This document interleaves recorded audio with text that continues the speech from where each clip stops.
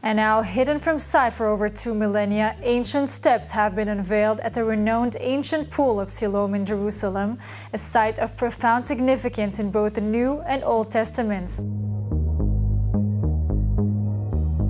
You might not know this, but there are several untold mysteries concealed within Jerusalem's illustrious history.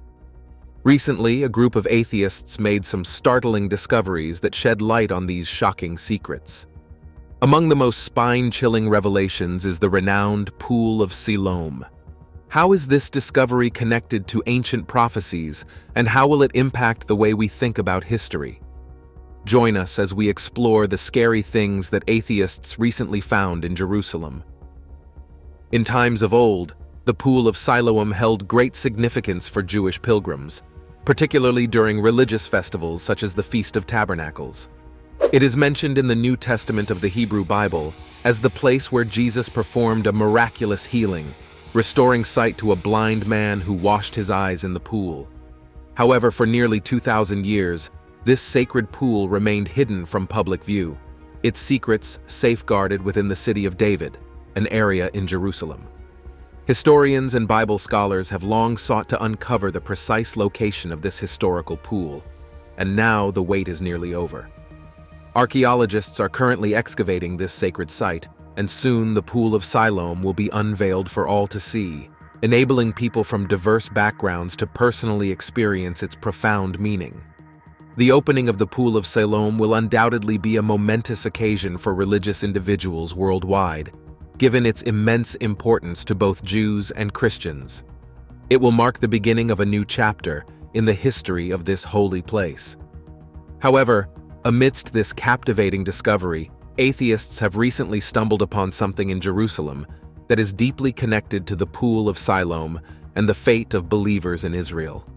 These developments have ignited highly charged debates, but to understand the recent events, we need to first recognize some important context. To begin, let's journey back in time to the remarkable 8th century BC, an era that spans nearly 2,700 years. During this period, the ingenious water system in Jerusalem gave rise to an extraordinary marvel known as the Pool of Siloam.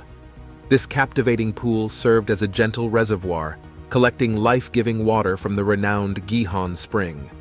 Meticulously guided through an intricate network of underground tunnels, these precious waters eventually found their resting place in the exquisite pool. The story of Jesus healing a blind man at this very pool is recounted in the 9th chapter of the book of John in the Bible. Fast forward to the 5th century AD, when the Byzantine Empress Eudocia embarked on a remarkable endeavor to honor the miracles of the New Testament. She commissioned the construction of a magnificent church believed to be situated at the Pool of Siloam. For centuries, Christians have regarded this church as a sacred site, marking the location where the original pool once stood. However, the exact spot of the pool mentioned in Jesus' narrative remained a mystery until June 2004.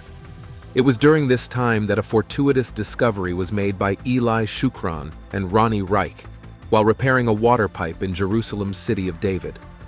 They stumbled upon 2 ancient stone steps that belonged to a different epoch. As they delved deeper into their excavation, they uncovered a vast pool that had thrived during the time of Jesus. This colossal pool spanned an impressive length of 225 feet, featuring ends angled at more than 90 degrees, lending it a unique trapezoidal shape. Moreover, the pool's significance was further enhanced by its breathtaking panoramic views of the scenic Trobriand Valley. The harmonious fusion of architectural grandeur and captivating vistas transformed the Pool of Siloam into a cherished and remarkable sanctuary in the hearts of the people.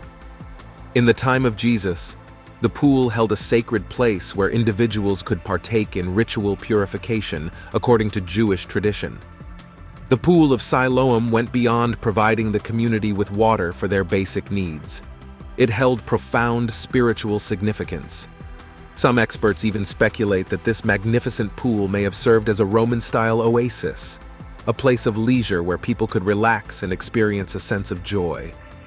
As we delve deeper into the captivating history of the Bible and its relevance to our contemporary beliefs, we encounter unanswered questions that beckon to be explored. It is worth noting that while atheists may search for physical proof, True Christians, steadfast in their faith, do not seek tangible evidence to validate the miraculous events chronicled in the Bible. The scriptures consistently remind believers that faith justifies, emphasizing that belief is an intrinsic aspect of one's spiritual journey, transcending the need for external validation. While evidence alone does not authenticate scriptures, the unearthing of the Pool of Siloam establishes a tangible link between the biblical account and the lives of present-day Christians. This astounding pool stands as a tangible testament to God's presence, a testament to the power of faith, and a symbol of the strength derived from belief. The incredible healing of the blind man at the Pool of Siloam signifies the restoration of both physical sight and spiritual enlightenment. Through this profound encounter, the man recognizes Jesus as the Messiah and the Savior of all humanity. In Christian theology, water often symbolizes purification and rebirth. Consequently, the Pool of Siloam is also regarded as a symbol of baptism, a sacred rite where believers are cleansed of their sins and embark on a new spiritual life, a rebirth of the soul that transforms them. The Pool of Siloam assumes immense importance as it intertwines with numerous biblical narratives. It stands as a cornerstone of understanding and practicing the Christian faith, encapsulating within its waters both historical and spiritual truths. Under King Hezekiah's leadership, the Hezekiah Tunnel was constructed, altering the spring's course and redirecting its life-sustaining waters toward the southwestern edge of the ancient city of David. No longer meandering toward the Kidron Valley, the flow was transformed into a dependable source of sustenance for the people of Jerusalem. Ancient texts describe this remarkable transformation, and in 1880, an engraving was discovered in the tunnel near the Pool of Siloam, adding another layer of intrigue to its story. This 6-line Hebrew inscription etched into the tunnel wall vividly portrays the immense challenges faced by the builders. Those who contemplate its meaning are captivated by the vivid testament it provides to the extraordinary efforts and collaborative spirit of those who toiled to create this marvel. The inscription serves as a tribute to the determination and strength of our ancestors, showcasing their remarkable architectural prowess that was revered in that era. You will be amazed by the remarkable ingenuity that went into constructing the Pool of Siloam. So, before we delve into the recent terrifying revelation made by atheists, let's first explore the meticulous design process behind this extraordinary pool. Dating back to the 2nd millennium BCE, the Canaanite tunnel was initially created to secure the water supply of the ancient city of Jerusalem. In a stroke of brilliance, the tunnel's architects harnessed the natural geography of the area to redirect water from the Gihon spring to the Pool of Siloam. The spring, located outside the city walls, was an abundant source of water, but its vulnerability to enemy attacks necessitated a solution that would ensure a safe and reliable water supply to the city's inhabitants. To achieve this, the Canaanite tunnel was ingeniously carved through solid rock, creating a subterranean passageway that stretched over 500 meters in length. The ancient engineers meticulously planned the tunnel's trajectory, taking advantage of the natural slope of the terrain to ensure a steady flow of water. With a slight downward gradient, gravity played its part in guiding the water from the source to its destination. The construction of the tunnel posed significant challenges to its creators. Working with rudimentary tools, they meticulously chiseled through the rock, navigating the twists and turns of the underground pathway. The tunnel's narrow dimensions, averaging just 2 feet in width, demanded exceptional skill and precision from those who labored to bring it to life. Despite the limitations of their tools, these ancient craftsmen managed to maintain a consistent incline, allowing water to flow freely and ensuring a constant supply to the Pool of Siloam. The link between the Canaanite tunnel and the Pool of Siloam was vital for the city's survival. The pool, situated within the city walls, served as a gathering place for the people, providing a reliable source of water for drinking, bathing, and other daily needs. Without the Canaanite tunnel, the pool would have remained dry during times of siege or conflict, leaving the city's population vulnerable and parched. Moreover, the Canaanite tunnel's significance extends beyond its practical purpose. It stands as a testament to the ingenuity and resourcefulness of ancient civilizations, highlighting their ability to adapt and harness the natural environment to meet their needs. The careful planning and execution of the tunnel's construction reflect the profound understanding these ancient engineers had of hydraulics and geology. What was the Pool of Siloam like in ancient times? And what specific activities were conducted around the pool? The Pool of Siloam, nestled within the ancient city of Jerusalem, holds a rich historical and religious significance. According to legend, the Pool of Siloam owes its existence to King Hezekiah, who reigned over the kingdom of Judah in the 8th century BCE. Faced with the menacing threat of the Assyrian army, Hezekiah turned to prayer, seeking divine intervention. In response, the prophet Isaiah delivered a message from the Almighty: "Go, wash yourself in the Pool of Siloam." Thus, the pool became a symbol of purification and divine favor. The rituals that took place at the Pool of Siloam revolved around the practice of ritual bathing, deeply rooted in the Jewish faith. Pilgrims and worshippers would assemble at the pool, their hearts brimming with anticipation and reverence. As they approached the shimmering waters, a profound sense of awe and devotion enveloped them. The rituals commenced with prayers and hymns, their melodious strains blending with the gentle lapping of water against the stone walls. Adorned in ceremonial robes, the priests guided the faithful through the intricate steps of the bathing ritual. With solemn gestures and voices resonating with authority, they ensured that every aspect of the ritual was performed with utmost precision. Before entering the pool, the pilgrims partook in a symbolic act of cleansing. They ritually washed their hands and feet, symbolizing the purification of both body and spirit. This act served as a prelude to the transformative experience that awaited them in the sacred waters. Once prepared, the worshippers immersed themselves in the pool, surrendering to its embrace. The immersion held profound symbolism, representing rebirth and renewal. As they emerged from the pool, the faithful believed they were cleansed of their sins and granted a fresh beginning, a new lease on life. The atmosphere at the Pool of Siloam during these rituals is saturated with deep spirituality. The air crackled with the energy of devotion, and the water seemed to shimmer with an otherworldly glow. Faithful believers, their faces radiant with hope and reverence, offered personal prayers and supplications, pouring out their hearts in the presence of the divine. Beyond the individual acts of devotion, the Pool of Siloam also served as a communal gathering place. It became a hub of social interaction, where people converged to share stories, exchange blessings, and support one another in their spiritual journeys. In this communal atmosphere, bonds were forged, and a sense of unity and solidarity permeated the air. The rituals at the Pool of Siloam extended beyond mere physical bathing. They encompassed a holistic experience, engaging the mind, body, and soul. It was a time for reflection, introspection, and the pursuit of the divine.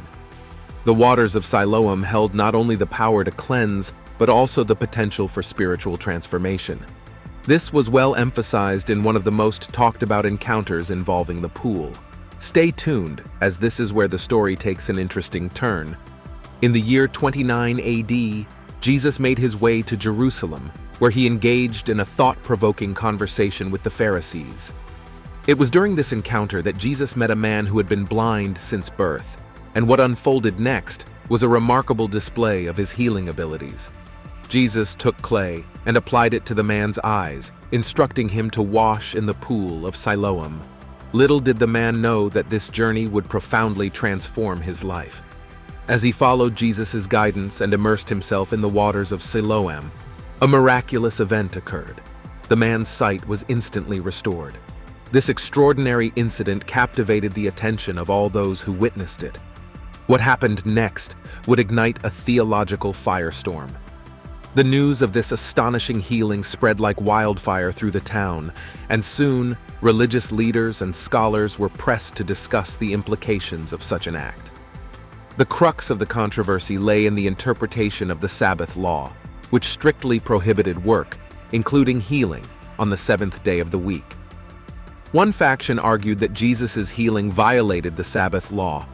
They contended that healing, though undoubtedly a compassionate act, was considered work and should not have taken place on that sacred day. They believed that Jesus had overstepped his bounds and demonstrated a lack of respect for the age-old religious traditions. On the other side of the debate stood those who emphasized the compassionate nature of Jesus' actions. They argued that healing the man was an act of love and mercy, embodying the true essence of the Sabbath. According to their interpretation, the Sabbath was not meant to be a rigid observance that negated human suffering, but a day of restoration, healing, and liberation. The theological debates escalated as both sides passionately defended their positions. Some religious scholars delved into ancient texts, examining the historical context and exploring alternative interpretations of the Sabbath law. Others drew upon philosophical arguments, invoking the fundamental principles of compassion and human dignity.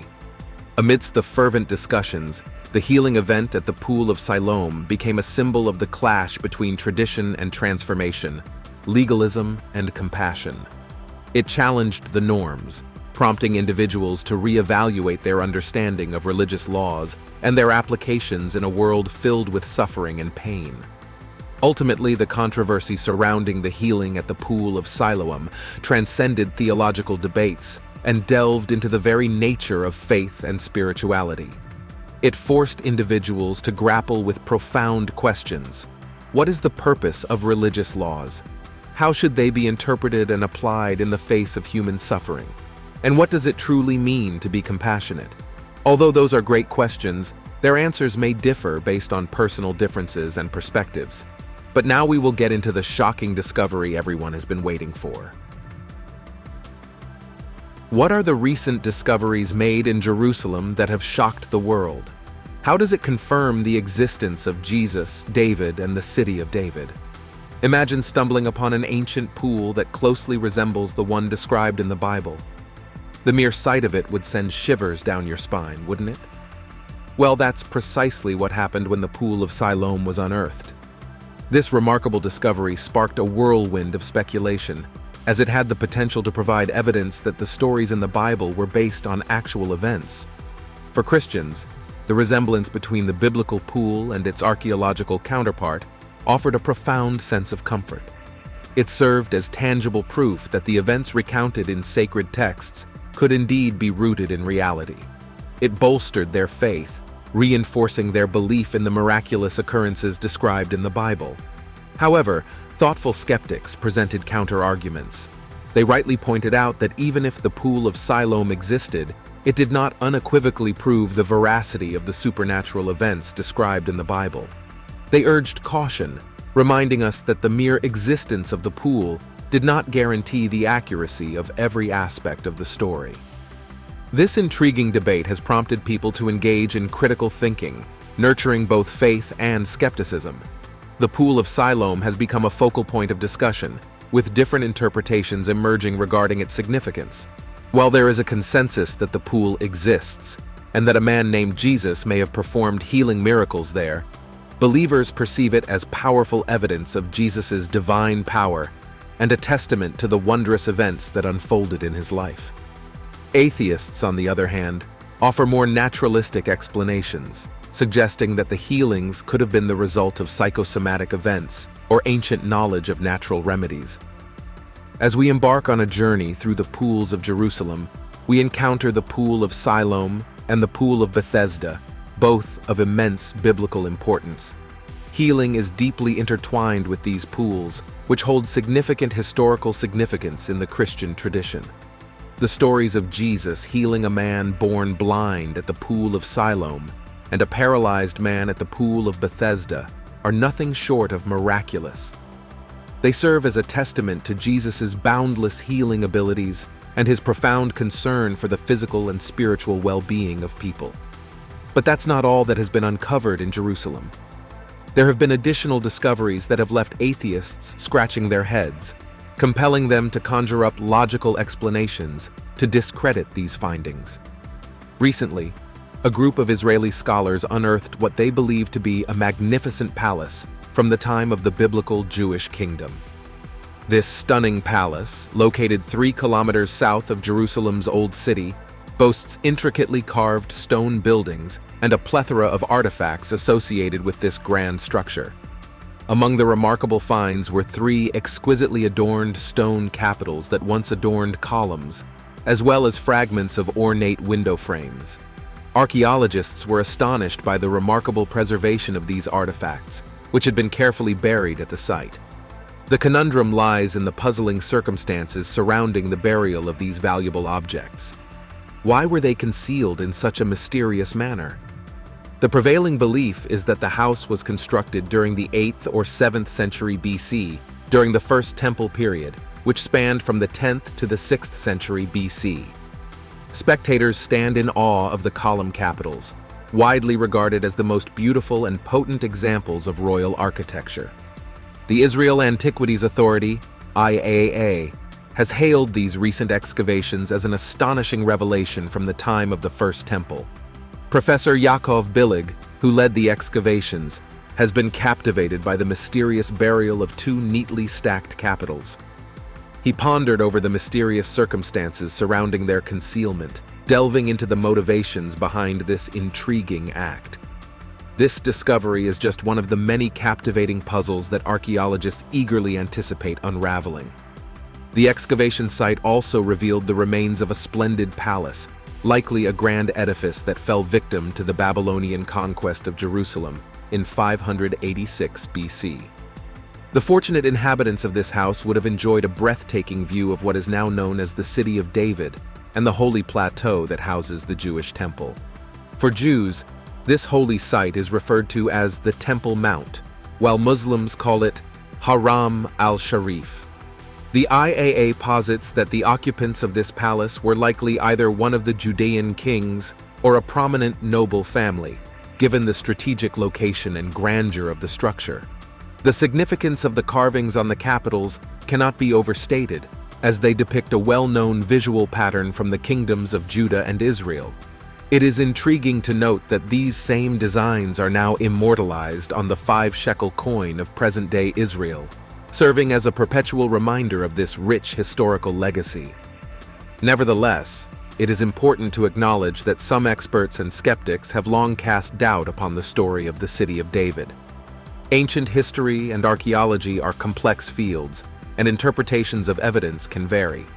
While these recent discoveries in Jerusalem have captivated the world and shed light on the historical context of biblical stories, they do not provide definitive proof of the existence of Jesus, David, or the City of David.